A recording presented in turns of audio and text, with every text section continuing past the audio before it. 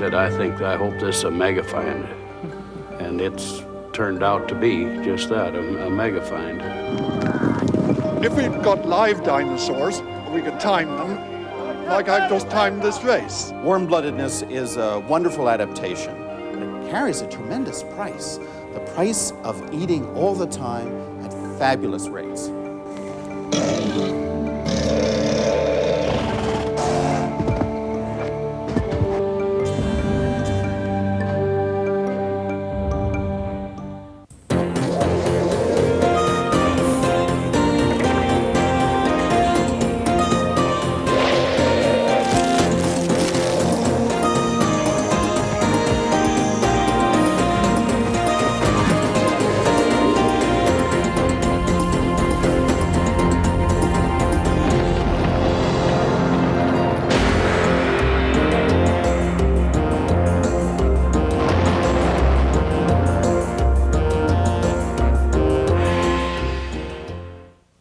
The Dinosaurs is made possible by the Corporation for Public Broadcasting and the financial support of viewers like you.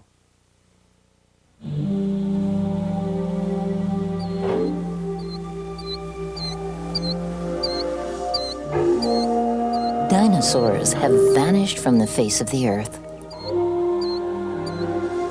But from beneath the earth, their bones still cast a spell, luring paleontologists, tourists, and amateur bone hunters, even to such out-of-the-way places as Jordan, Montana.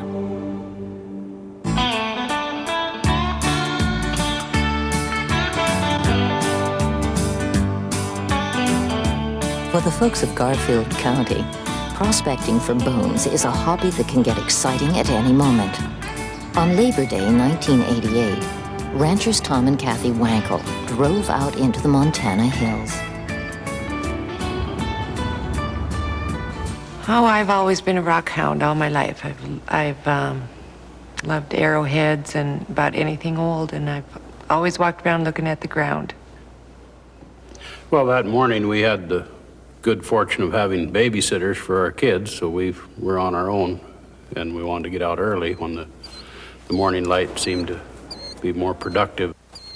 I had hiked around the low part of one set of hills, and he'd went another way, but we met at the top of one small hill, and out of the corner of my eye I'd spotted a ridge of bones. And I don't know, just I was shaking, I remember that. After she dug it up a little bit, and scratched around, she got more and more excited, and she said, I hope this is a mega find. And it's turned out to be just that, a mega find, very important. Kathy Wankel had found an almost complete Tyrannosaurus rex, one of the rarest finds in the history of dinosaur studies. And now a crew of paleontologists from the Museum of the Rockies is painstakingly easing the skeleton out of its rocky cradle.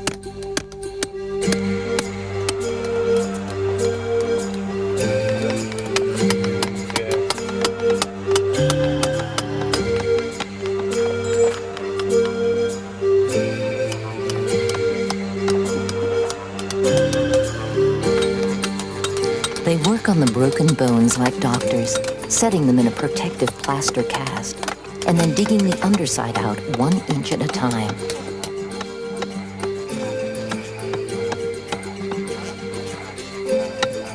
Crew Chief Pat Liegi. You're looking at the top part of the skull. This is the back here, and this is the front, where the snout would be. And this circle in here is where the left eye would have been, right here. The right eye would have been there. And this section here is an upper jaw called the maxilla, and you can see a tooth, very long tooth, extending out. It's just going right underneath the nasal of the skull. The skeleton lies twisted in the ground, just where the animal fell. But what did the beast look like when it was alive? In the past 50 years, one of the great triumphs of dinosaur studies has been to put flesh on the bones, and in so doing, to change much of what we thought we knew about these creatures.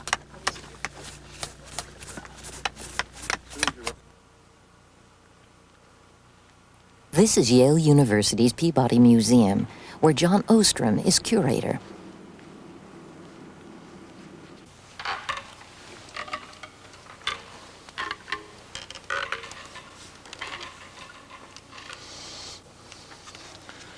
I'd like to introduce you to the largest painting in the world.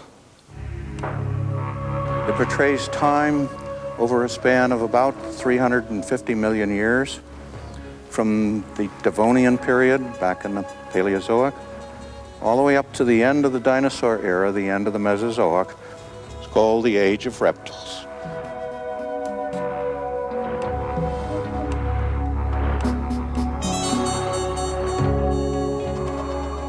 Here is the old picture of dinosaurs.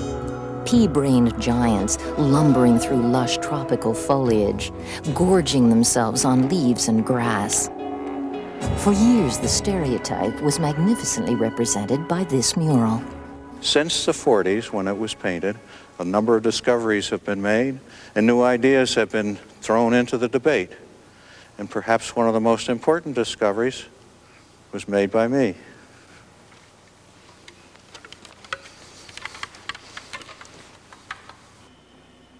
It was 1964. John Ostrom recalls that he had been digging for months in Low County, Montana, and not finding very much. Time had run out. His crew had packed up their equipment and were heading for their cars. You know, we've been looking for 5 years before we found anything as exciting as this. Close to where the cars were parked, Ostrom noticed something in the rock. Since his tools were already stowed away, he began to scrape the dirt with his fingernails. This is what he saw first. Startling. I couldn't believe what I was looking at. Notice the extraordinarily large claws, sharp, curved, clearly the hands of a predaceous animal. Associated, found very close to this, was this object, obviously a claw, which I thought belonged to the hand because it looks very much like the claws on those fingers. But there was no place for it to fit. And I puzzled over that for some time, but we found the answer. Turns out that that claw didn't belong to the hand at all. In fact, it belonged to the foot. But then something more came to light in our quarry, and I'll show you just a part of it. Bits and pieces of the tail, encased in bundles of ossified tendons all along each right side, left side, underneath.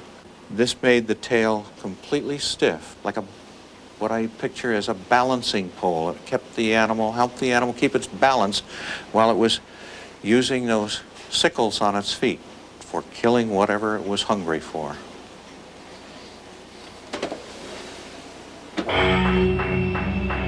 Ostrom named the animal Deinonychus, terrible claw, a killing machine that came into being more than 100 million years ago and used both hands and feet to snatch and rend its prey, keeping its balance by the remarkable adaptation in its tail. Nothing like the galumphing brutes in the Yale mural, but a speedy acrobat, a racer.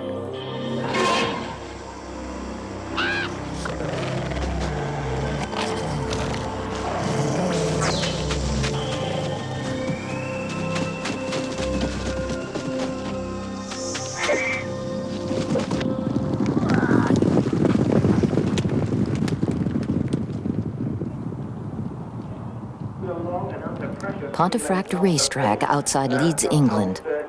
This is where McNeil Alexander comes to figure out how fast a dinosaur actually could move.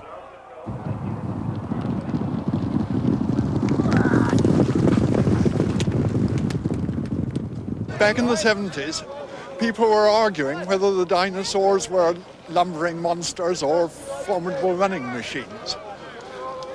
It wasn't an easy question to answer because the dinosaurs are dead. If we'd got live dinosaurs, we could time them like I've just timed this race. The distance was a mile. the winner did it in 105 seconds. That's about 34 miles an hour. Now, we can't do it that way with dinosaurs, but maybe there's another way. Dinosaurs did leave behind one piece of solid evidence about their rate of speed: their footprints.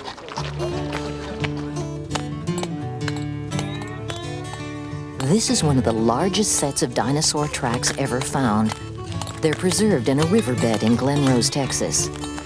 But how do you get from the tracks to an estimate of speed?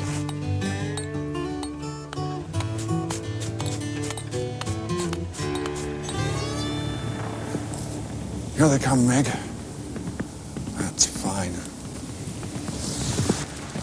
Good, that's great. Alexander timed the speeds of different animals and then measured the stride length, the distance between footprints, of each animal.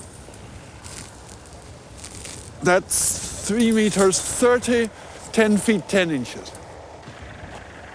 Next, he calculated the relationship between the stride length and the actual speed. But dinosaurs were huge. How could you compare them with horses any more than you could compare a horse with a dog? There she goes. Now, she's doing the fast canter. We've slowed her down a bit so that you can see better what's happening. And now we're going to get the dog moving too. We're going to slow the dog down so that the dog is taking the same number of strides each second as the horse. We've adjusted the time scale so that they're matching, but we haven't adjusted the scale of size yet. So what we're going to do now is we'll blow up the dog, make the dog the same size as the horse. And now they're moving in just the same sort of way. Imagine the dog with a bit less hair on and with a rider on the back. And really the dog is moving just like a horse. Alexander discovered that all animals move as scale models of one another. That is to say, cats and camels, dogs and horses look the same at the same speed. It even works for bipeds. Look at the hind legs of a horse. They have the same motion as a person running.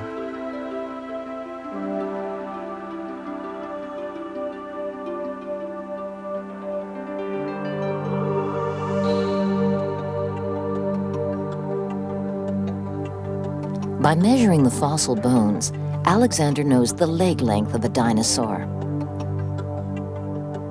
From the tracks, he can learn its stride length, and from that, he can calculate its speed.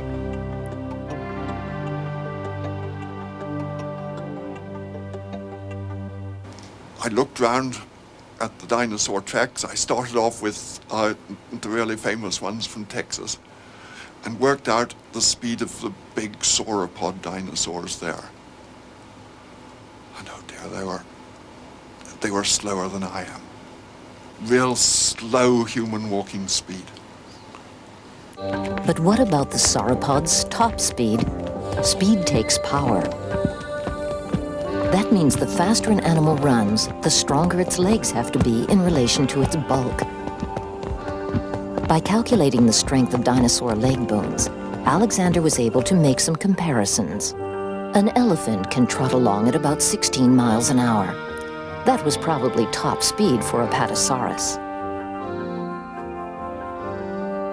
A rhinoceros hits 20 miles an hour. Triceratops just might have been able to keep up. How fast could Tyrannosaurus move? Alexander thinks its bones were relatively weak. But there are no footprints with which to calculate its speed. He thinks it could have chased you at about 15 miles an hour. Others don't give you such good odds. They clock Tyrannosaurus at 20 miles an hour or more.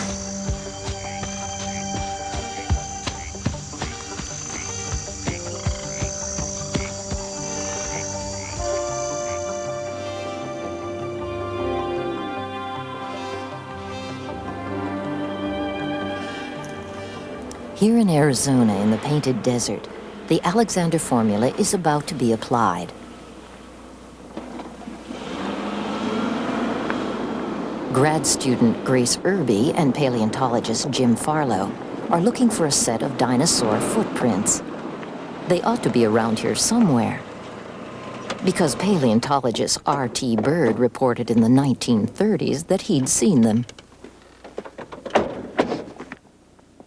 Bird never wrote down the exact location. He did leave one clue, though, a snapshot of himself on the site. Paleontologist Scott Madsden, a colleague of Farlow's and Irby's, found the photograph in an old book. He recognized the rock formations in the background. This looks like a good match. Yeah, I think you're right. Bird's secret was out.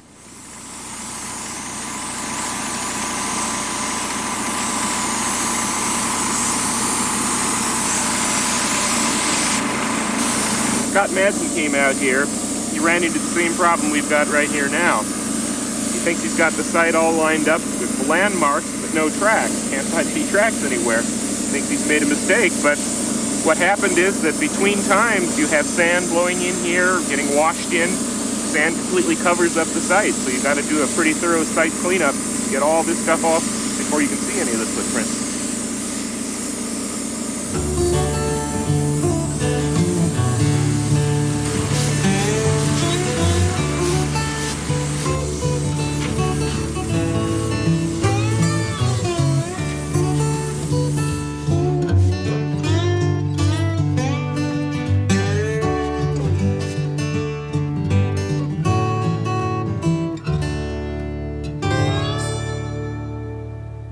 This is a very lovely dinosaur footprint site because you get a lot of footprints of both large and small three-toed, two-legged dinosaurs here.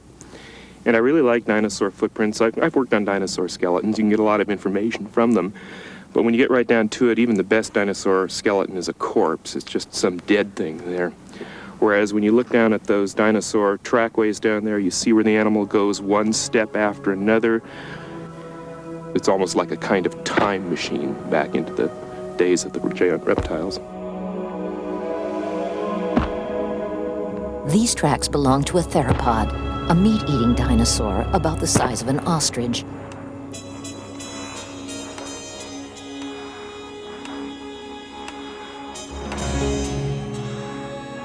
Okay, hang it down on the middle toe there. Farlow determines the animal's stride length. Okay, call that one 313. 313. Okay, Jim. No, it doesn't. So how's that compare with what we got before? Well, the first was 312, the second measurement 314, and then the last one was 313. Close That's enough for pretty good. government work, yeah. Okay, take the hip height. Now the Alexander formula. Y to the X 1.17, change of sign equals 0.621. And we get the beast. Looks like he's just trotting along at around 11 miles per hour. Can you run that fast? No. Farlow has found some more tracks. These stretch him beyond his limits. A 25-mile-an-hour dinosaur dash, faster than the Olympic sprint champion.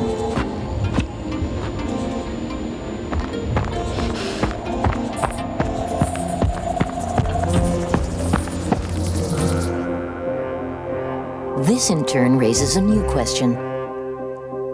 A hot-blooded animal, a lion for instance, keeps its body temperature constant and is active even on cold nights when the external temperature is low. It does this by a process scientists call endothermy. A cold-blooded animal, by contrast, will be cold and inert when the air around it is cold, and active only when its internal temperature is raised by the warmth of the sun. When the cool night air returns, back the animal goes to its resting state. Scientists call this ectothermy. Today, most fast-moving agile animals use endothermy.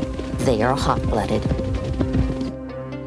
But dinosaurs are supposedly reptiles, and reptiles are cold-blooded. So were dinosaurs hot-blooded or cold-blooded?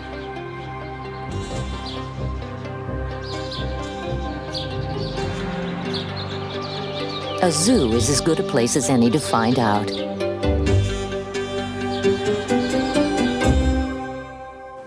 paleontologist Bob Bacher.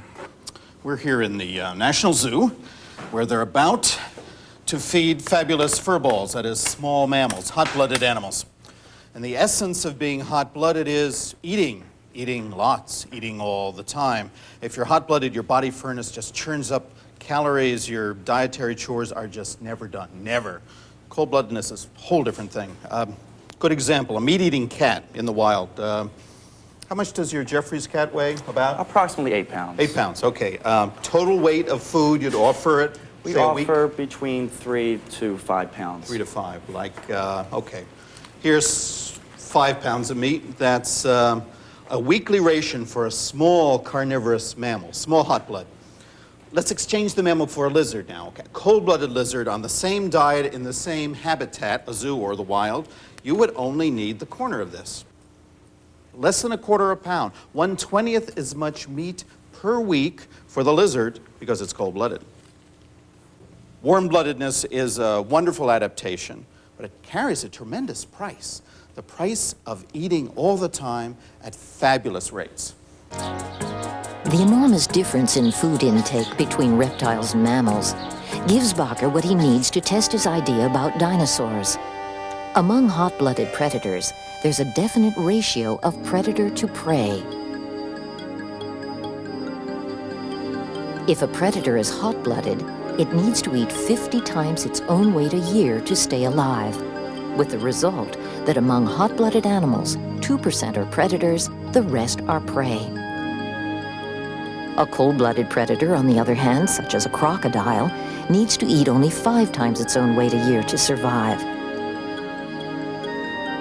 So the percentage of predators to prey is higher. When you look at the dinosaurs that have been collected, what percentage are predators? A hot-blooded 2% or a cold-blooded 20%? Well, I'll tell you what the number is. The number is 1 to 3%. 1 to 3% of all the dinosaur tonnage is meat eater, and that's a hot-blooded number. A hot-blooded reptile? Such a creature exists nowhere else in nature. And yet in one important respect, dinosaurs did indeed behave as though they were hot-blooded. They appear to have traveled great distances. No part of the world we know now was out of bounds to dinosaurs. Their remains turn up everywhere. Hadrosaurs in Japan, Protoceratops in Mongolia, Stegosaurs all the way from Europe to Africa. Huge sauropods everywhere in North and South America. And perhaps most significantly of all, hadrosaurs and ceratopsians in Alaska.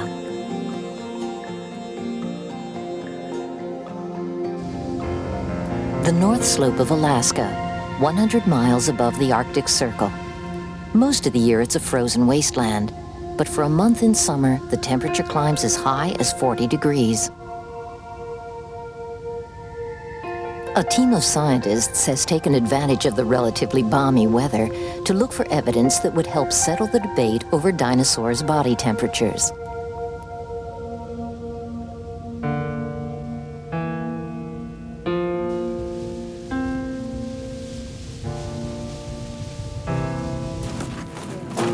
Let us suppose dinosaurs were hot-blooded. How could they have weathered the climate here? Most dinosaurs had no fur and no feathers to keep them warm. And what would they have eaten? Does anybody want any bagels? Yeah. Much depends on what the Arctic was like at the time, 90 million years ago. The researchers split into 2 parties. While one crew sets out to look for bones and more clues to the body temperature of dinosaurs, a second group, consisting of paleobotanists Judy Parrish and Bob Spicer, flies 100 miles downriver on the trail of a different quarry, fossil plants. I'll go and prospect the plants. Okay.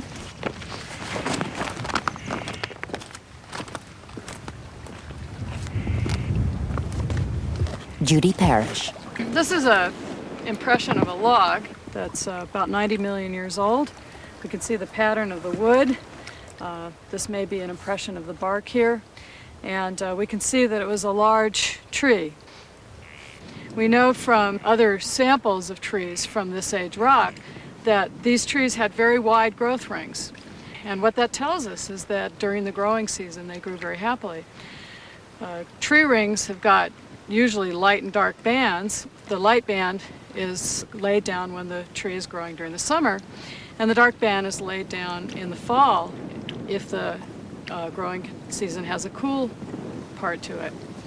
These trees don't have a dark band, or they have a very, very thin dark band, and that shows that they were growing very rapidly during the growing season and then stopped abruptly.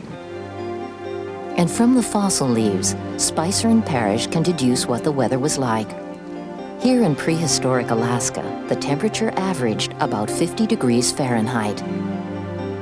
But could dinosaurs have survived in such a climate?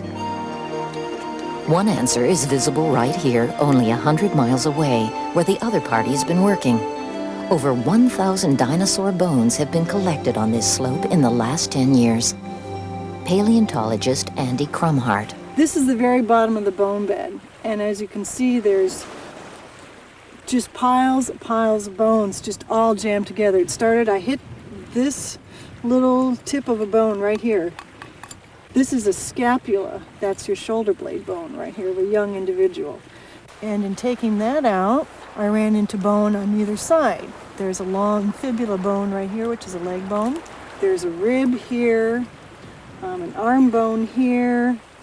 I think another arm bone here, which is pretty well destroyed. It's not in very good condition.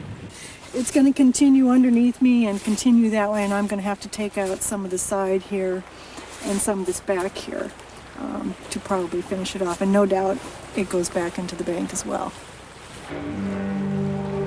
So in the summer at least, dinosaurs were plentiful here and would have had enough sun and food to survive. The climate might have been no more severe than fall in Maine. But what about the winter, when the sun would shine as little as 4 hours a day? What did the dinosaurs do? Did they hibernate?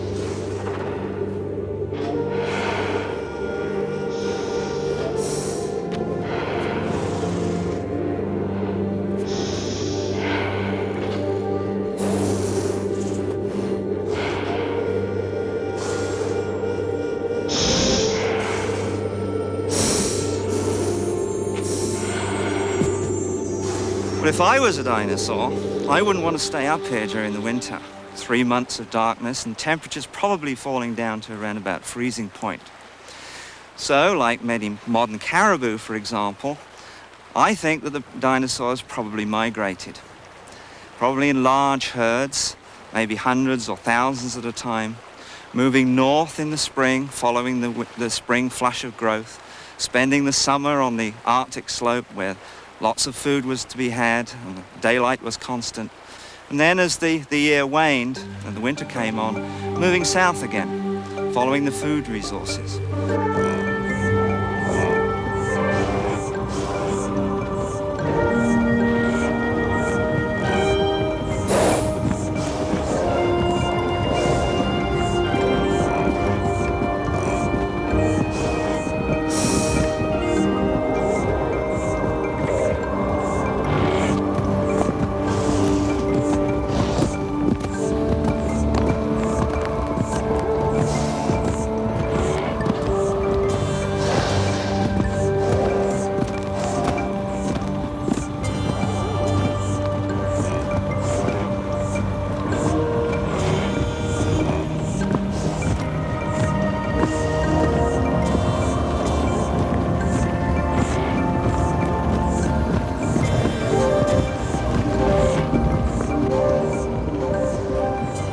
Migrating herds of hadrosaurs and pachyrhinos would seem a strong argument for the hot-blooded dinosaur.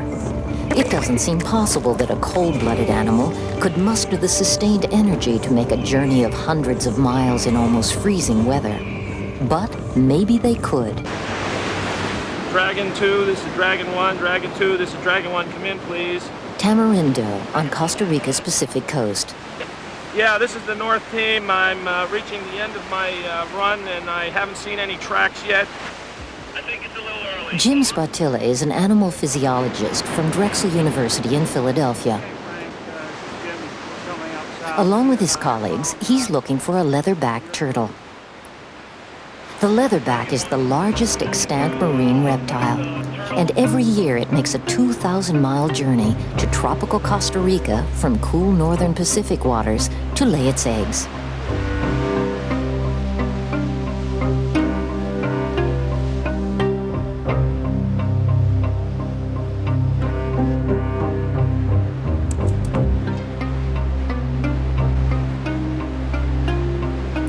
Could a cold-blooded reptile make such a titanic, sustained effort? Or is this turtle more like a mammal, hot-blooded? If it is, we would have at least one instance of a hot-blooded reptile, and the argument that dinosaurs were hot-blooded would gain some support. But how do you tell whether a turtle is hot-blooded? You measure its breath. From its breath, you can tell its metabolic rate, the rate at which body mass is converted into oxygen. High metabolic rate will signal hot-blooded, low metabolic rate, cold-blooded. I need strength.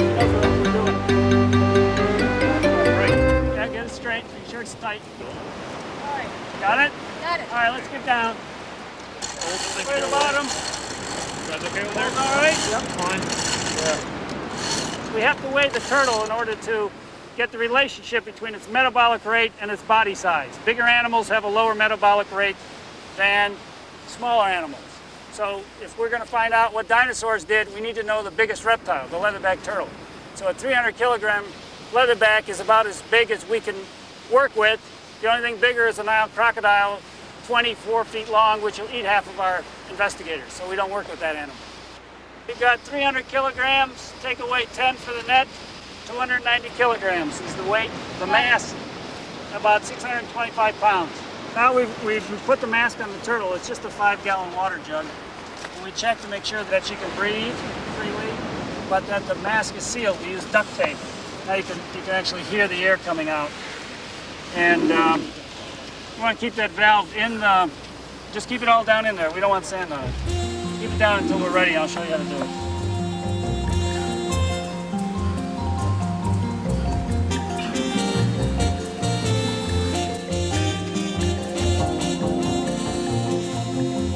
By the next morning, 2 full bags of turtle breath have been collected for researcher Frank Palladino, more than enough to use for his experiment.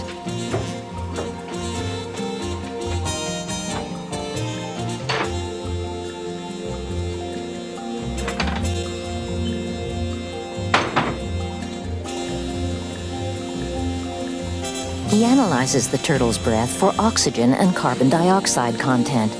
From that, he will derive the metabolic rate. That, in turn, will tell him whether the turtle is hot or cold-blooded.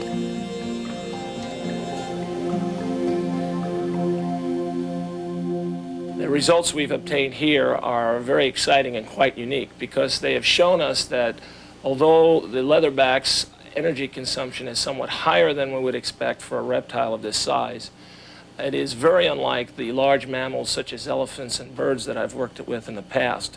The metabolism of these leatherbacks is truly reptilian.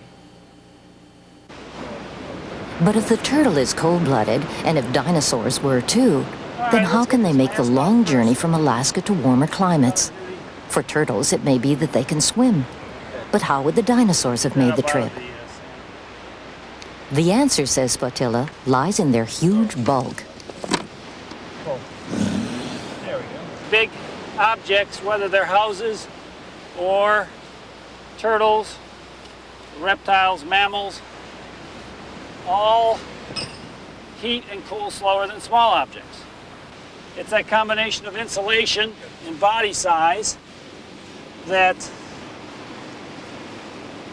accounts for it being warm, and we call that gigantothermy. And the leatherback is a great example of gigantothermy. And the only better example of gigantothermy was probably the dinosaurs. She's all set. As soon as she gets her bearings, I think she'll just walk into the water. The theory of gigantothermy, that an animal's sheer size helps conserve heat, suggests that dinosaurs could have had warm bodies and therefore could have had active lifestyles, even if they shared the turtle's reptilian metabolic rate. So is it finally settled? Dinosaurs were cold-blooded? Not so fast. Perhaps dinosaurs had some intermediate strategy, a body temperature higher than reptiles, but lower than mammals. Is there some other way to put the hot-blooded, cold-blooded issue to rest?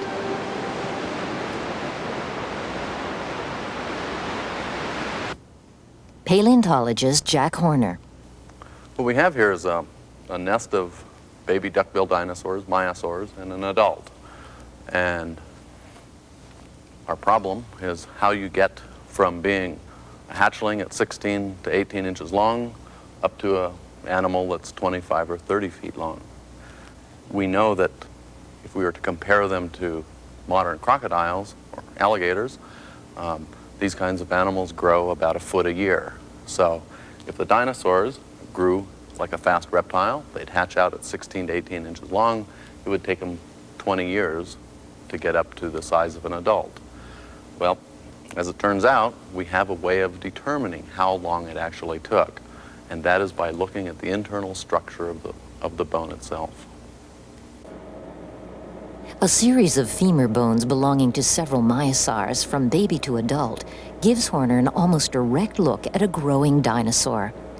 His pioneering work in bone histology, the microscopic analysis of the fossilized bone tissue, has brought surprising new facts to light. You can tell a great deal about dinosaur growth and metabolism by looking at the actual structure of the inside of the bone. And what we have right here is a thin section of the femur of a turtle. This is the exterior of the bone here. These little black areas are osteocytes, and what we're interested in are vascular canals, the actual spaces in which the vessels ran through the bone that carried the blood. In this particular case, we're dealing with a relatively slow-growing animal, and we have just a couple of vascular canals. If we look at the bone of a turtle, we get a picture of a cold-blooded animal's growth pattern. It's slow. Put the bone of a hot-blooded animal, a bird, under the microscope, and the picture is quite different. Vascular canals run throughout the bone, indicating high metabolism and fast pace of growth, both typical of hot-blooded animals. And now look at a bone from the baby maiasaur. The vascular canals show up as white. Which does it resemble, turtle or bird?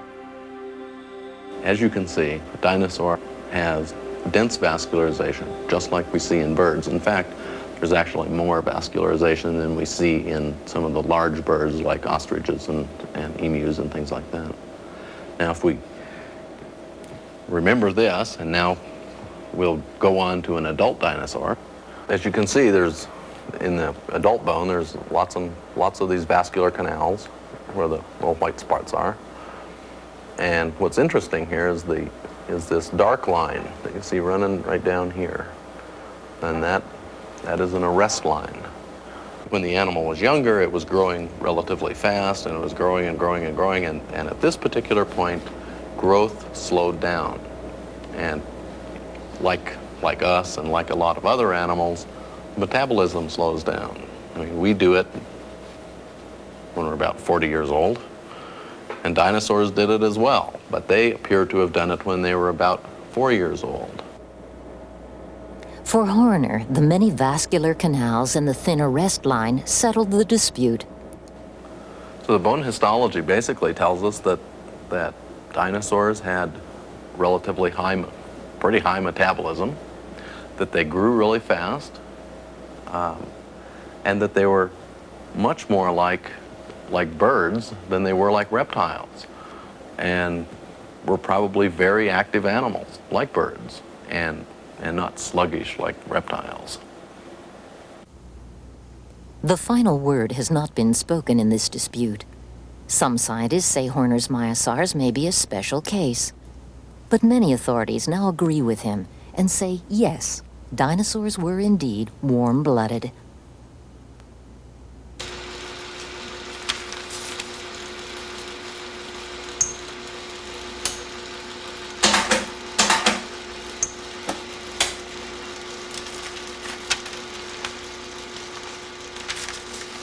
Migrating dinosaurs, running dinosaurs, dinosaurs as active as birds. All this new information means that our series animator, Dave Alexovich, has to keep revising his ideas in order just to keep up.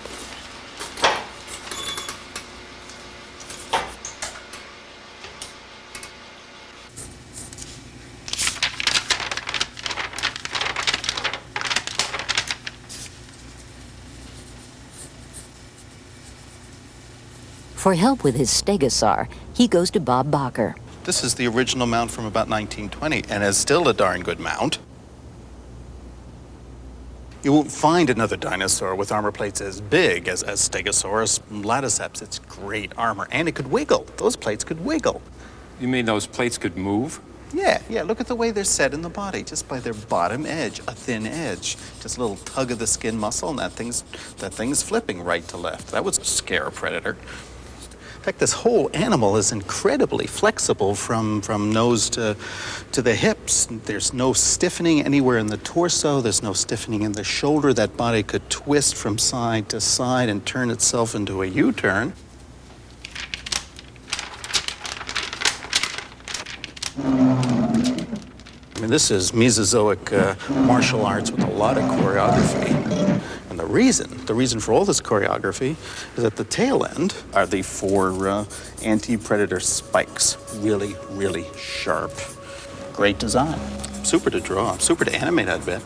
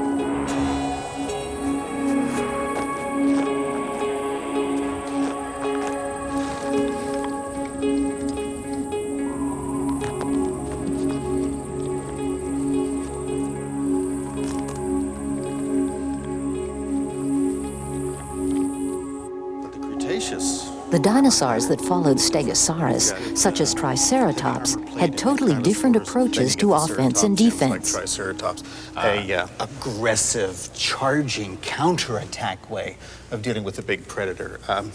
Even though it's a plant eater, the thigh is gigantic. This is twice the girth, twice the strength of an African elephant. And the shin, though short, has a massive calf muscle for pushing the animal forward in a charge and a counterattack. The front leg is massive, very powerfully muscled. The shoulder blade has power, again, for just driving this animal forward. And if you look under the head, you can see the ball and socket joint where the neck meets the head, just about at the center of gravity, so that head can pivot in every direction. I need to know where that let me show you that. It's right here, just below the eyes, in between the horns. And the muscles then can switch that head up and down and sideways easily. It's got to do that. Look where the eye sockets are. The eyes face sideways, like a rhino's, so it's scanning the horizon while it's chewing. It sees a predator, it thrusts forwards, and the neck muscles move that head up and away, up and away, up and away, like a combination giant rhinoceros and Brahma bull.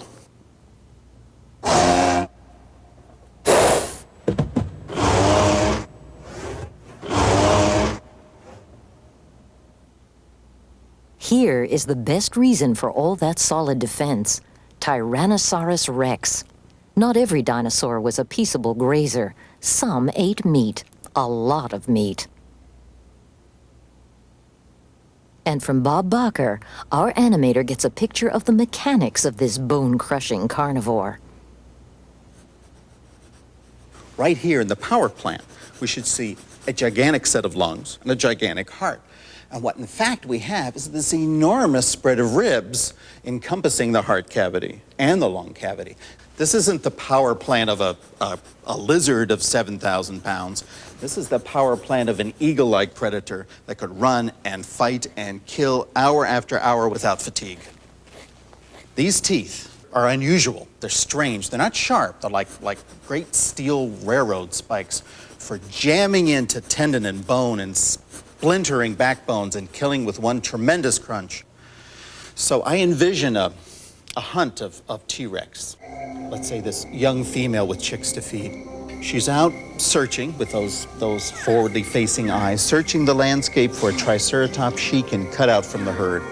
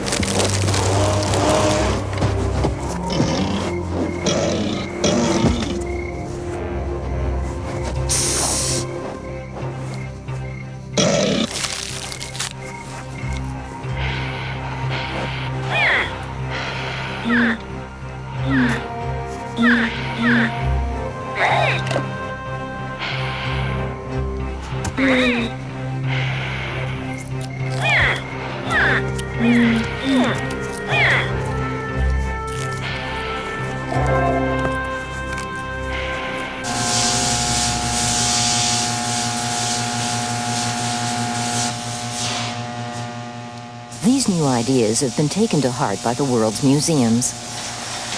Here in Toronto, Canada, they're building a dinosaur exhibit for the American Museum of Natural History in New York. Peter May builds dinosaurs for a living. Okay. Yep.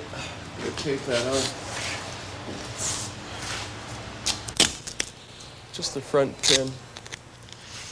That'll do it. In the past, mounting a fossil skeleton of solid rock 50 feet straight up in the air would have been a tricky balancing act. Let's get the humerus and see how that looks. Check the articulation on that. But now, using lightweight plastic casts, copies of the original bones, the Titan becomes almost a featherweight. Yeah, we do. I got a couple on the... If we put the original animal up here, it'd weigh probably well over a ton. And the animal that we've got is going to weigh probably 300-400 pounds. It's going to be a very dynamic pose. And we have pilot scientists come up today from the American Museum in New York, and it's their first look at it, and it's going to be our first look at it, and it's going to look pretty good. Well, Oh, you don't think so? Well, I'm worried. Jack McIntosh is perhaps the world's leading sauropod expert. The thing is, the sternal plates that... Got it. The sternal plates that Dan has out at Dinosaur National Monument, which are in place, have this much space between them. The problem here is the exact relationship between breastbone, shoulder, and ribs. What it'll do, this will dictate our ribs. That's how we're going to work it because the up there It it's isn't so possible distorted. It up at isn't the possible vertebrae. that these come down a bit further, is it? You got them here. Yeah, we've got it. Right there. Yeah. Okay. Yeah, you can see where That the seems to be articulation- an articulation, right? Right here. Okay, all right, fine, good. And this may have been connected in life, because I mean, this is Sure. definitely a cartilage Sure, surface. sure, sure. That looks great. Okay, that looks good to me.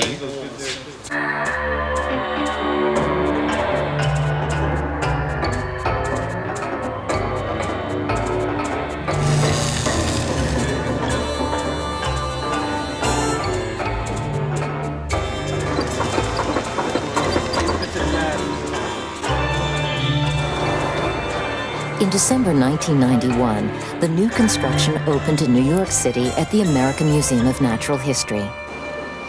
Paleontologist Mark Norell. Well, when we decided to put them out together, we wanted to have something that represented some of the new thoughts about dinosaurs as opposed to the way mounts have traditionally been made. What visitors see is a slice in time from about 150 million years ago. A mother barosaur rears up on the huge pillars of her hind legs to defend the baby crouched behind her tail. The threat comes from an allosaur, a meat-eating dinosaur with razor-sharp fangs. The barosaur has only its huge bulk and the small front legs for weapons. Savage claws and speed favor the allosaur. I think that it represents something very dynamic, and it really gets the idea across that dinosaurs were living animals that had very active lifestyles, very much like modern living animals do. The mount itself has been the subject of considerable debate. Is this true science? How much did barosaurs care about their young? And even if they wanted to protect them, could they have done it like this? Rearing up on their hind legs? So of course, the fossils don't tell us that they could actually do this, but they don't tell us they couldn't do it either. So what this represents is something just speculative, something to capture your imagination. Here at the museum, science and imagination have merged. Science needs imagination. It is more than a matter of putting bones together like so many tinker toys.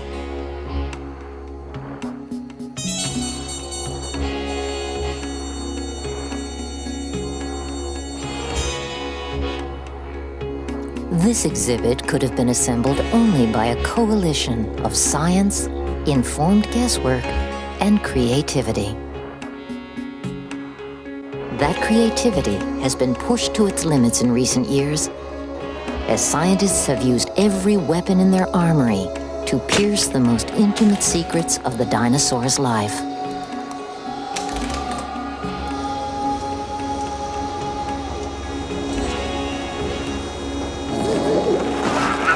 How they ate,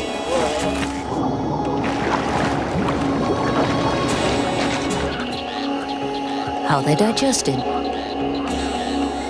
how they reared their young, and how they died.